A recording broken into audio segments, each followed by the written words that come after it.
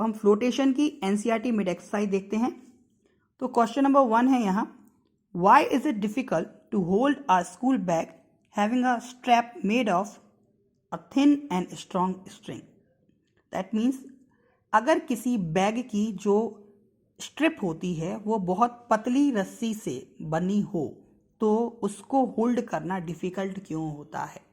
तो जैसा कि हम पिछले वीडियोस में देख चुके हैं कि अगर स्ट्रैप जो है थिन होगी तो क्या होगा, इसका एरिया क्या हो जाएगा, कम। That mean it is will having less area. अब अगर इसका एरिया कम है तो हम जानते हैं कि pressure is inversely proportional to area. तो एरिया कम है तो प्रेशर क्या होगा, ज़्यादा। Area is less, pressure is more. That means ज़्यादा प्रेशर हमारे शोल्डर्स पर पड़ेगा और शोल्डर्स पर ज़्यादा प्रेशर पड़ने के कारण क्या होगा, पेन जनरेट होगा। That's why it is difficult to hold it. Question number 2, what do you mean by buoyancy. ये भी हम पिछले वीडियो में देख चुके हैं। When any object immerse in a fluid then it experiences upward thrust which is known as buoyant force. जब कोई ऑब्जेक्ट पानी में डुबाया जाता है तो उस पर ऊपर की ओर एक धक्का लगता है जिसे हम बुयांट फोर्स बोलते हैं, और इस पूरे फिनोमेना को या इस पूरी प्रोसेस को क्या बोलते हैं, buoyancy. Question number 3, why does an object float और sink when placed on the surface of water. मतलब इसमें बताना है कंडीशन ऑफ फ्लोट और कंडीशन ऑफ सिंक, कब कोई ऑब्जेक्ट डूबेगा या कब कोई ऑब्जेक्ट तैरेगा। तो क्या है condition of float, if the density of object is less than density of fluid water then object will float, and density of object is more than density of water then object will sink. Next page की NCERT exercise देखते हैं। ये थोड़ा सा tricky one है, ध्यान से देखें। क्वेश्चन ने पूछा है कि you find your mass to be 42 kg on weighing machine. जब आप वेइंग मशीन पे खड़े होते हैं तो आपका मास आपको 42 kg स्केलिंग बताता है। तो अब आपको बताना है कि आपका जो मास है वो एक्चुअल में 42 ही है या 42 से लेस है या 42 से मोर है। तो इसका करेक्ट आंसर है कि जो हमारा वेट 42 मशीन ने बताया है उससे ज़्यादा ही होगा। That means mass will be more than 42। Sir ठीक है, क्यों होगा वो देखते हैं। जब हम वेइंग मशीन पर खड़े होते हैं तो एक्चुअली हम वेइंग मशीन कहाँ है, वेइंग मशीन एयर में है। और क्या एयर एक फ्लूइड है, बिल्कुल। मतलब कि हमारा जो वेट है वो तो लग रहा है नीचे की ओर, लेकिन हम पर एक ऊपर की ओर बुयांट फोर्स लग रहा है। कौन लगा रहा है, एयर, क्योंकि एयर भी एक फ्लूइड है। तो मतलब कि जो रीडिंग आई है वो एक्चुअल रीडिंग से कम आई है, क्योंकि हमारा पूरा वेट नहीं, हमारा पूरा वेट जब नीचे लग रहा था तो हमें कोई ऊपर की ओर धक्का दे रहा था। कौन, एयर के कारण लगने वाला बुयांट फोर्स। दैट्स वाई हमारा जो रीडिंग आया है वो ट्रू वैल्यू से कम है। दैट मीन्स हमारा जो एक्चुअल मास होगा वो क्या होगा, 42 kg से ज़्यादा होगा। सिमिलरली इसी से मिलता जुलता एक और क्वेश्चन है, that you have a bag of cotton and iron bar each indicating mass of 100 kg when measured on a weighing machine, one is heavier than other, can you say which one is heavier and why. अब फिर से वही बात आ गई कि 100 kg reading बता रहे हैं एक आयरन बार और एक कॉटन बैग, तो कौन ज़्यादा होगा कौन कम होगा। तो जो आयरन बार है उसका वॉल्यूम कम है, वॉल्यूम कम है तो उसका बुयांट फोर्स भी क्या लग रहा होगा, कम। और जो कॉटन बैग है उसका वॉल्यूम ज़्यादा है तो उसने एयर को ज़्यादा डिस्प्लेस किया होगा, और ज़्यादा डिस्प्लेस किया होगा तो ज़्यादा बुयांट फोर्स लग रहा होगा। दैट मीन्स जो कॉटन बैग है वो ज़्यादा हैवी होगा आयरन बार से। क्यों, क्योंकि the cotton bag experiences more buoyant force than iron bar. So weighing machine indicates less value of weight of cotton bag as it is actually.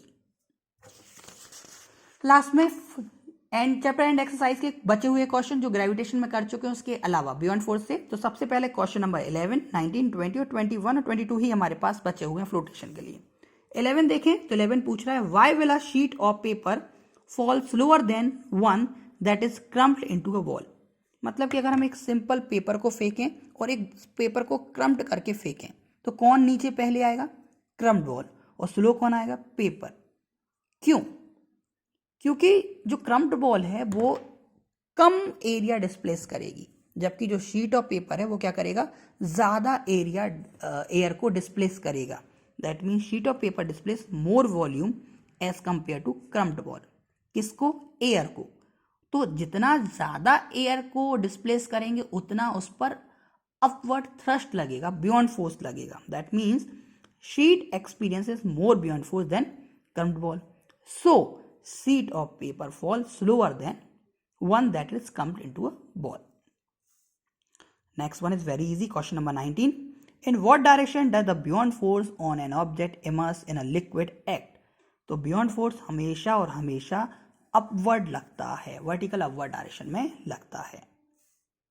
Question number 20.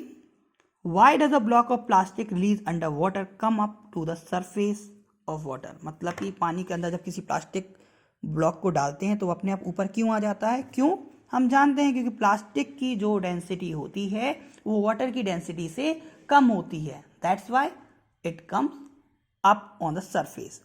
That means block of plastic leaves under water come up to the surface of water because it experiences upward thrust. Density of plastic block is less than density of water. Now last two numericals are there, 21 and 22. The volume of 50 gram of substance is 20 centimeter cube. यहाँ ध्यान रखिए volume कितना दिया है, 50 नहीं दिया है, volume कितना दिया है 20 सेंटीमीटर क्यूब, और 50 ग्राम क्या दिया है, सब्सटेंस का मास। If the density of water is 1 gram per centimetre cube will the substance will float और सिंक। तो हम जानते हैं सब्सटेंस कब फ्लोट करता है, कब सिंक करता है, अगर सब्सटेंस की डेंसिटी पानी की डेंसिटी से ज़्यादा होगा तो सिंक करेगा, कम होगा तो फ्लोट। दैट मीन्स इनडायरेक्टली हमें क्या निकालना है इस क्वेश्चन में, सब्सटेंस की डेंसिटी। तो डेंसिटी का फॉर्मूला क्या होता है, मास अपॉन वॉल्यूम। मास कितना दिया है 50, वॉल्यूम कितना दिया है 20, कितना आ गया 2.5 ग्राम पर सेंटीमीटर क्यूब। अब सब्सटेंस की डेंसिटी तो 2.5 ग्राम पर सेंटीमीटर क्यूब है, बट वाटर की 1, तो क्या हुआ, सब्सटेंस की डेंसिटी वाटर की डेंसिटी से ज्यादा हो गई, तो density of substance is more than density of water, so substance will sink. Similar question अगला भी है, the volume of a 500 gram seal packet is 350 centimetre cube, mass इतना, वॉल्यूम इतना। If the density of water is 1 gram per centimetre cube will the packet will float और sink. मतलब copy paste question है। That means हमने वही किया, density निकाली, मास upon volume, तो हमारा आंसर आया 1.42। अब ये 1.42 1 से बड़ा है, that means density of substance more than density of water, so it will sink. इधर तक हमारा कंप्लीट। अगला क्वेश्चन इसी में, what will be the mass of the water displaced by the packet. तो mass of the water displace कितना हो जाएगा, mass is equal to density into volume. कैसे सर, जब density equal to mass upon volume होता है तो mass equal to क्या हो जाएगा, डेंसिटी टू वॉल्यूम। लेकिन ये डेंसिटी किसकी आएगी, वाटर की, फ्लूइड की, और वॉल्यूम किसका आएगा, सब्सटेंस जितना हटाया है, तो कितना आ जाएगा 350 ग्राम।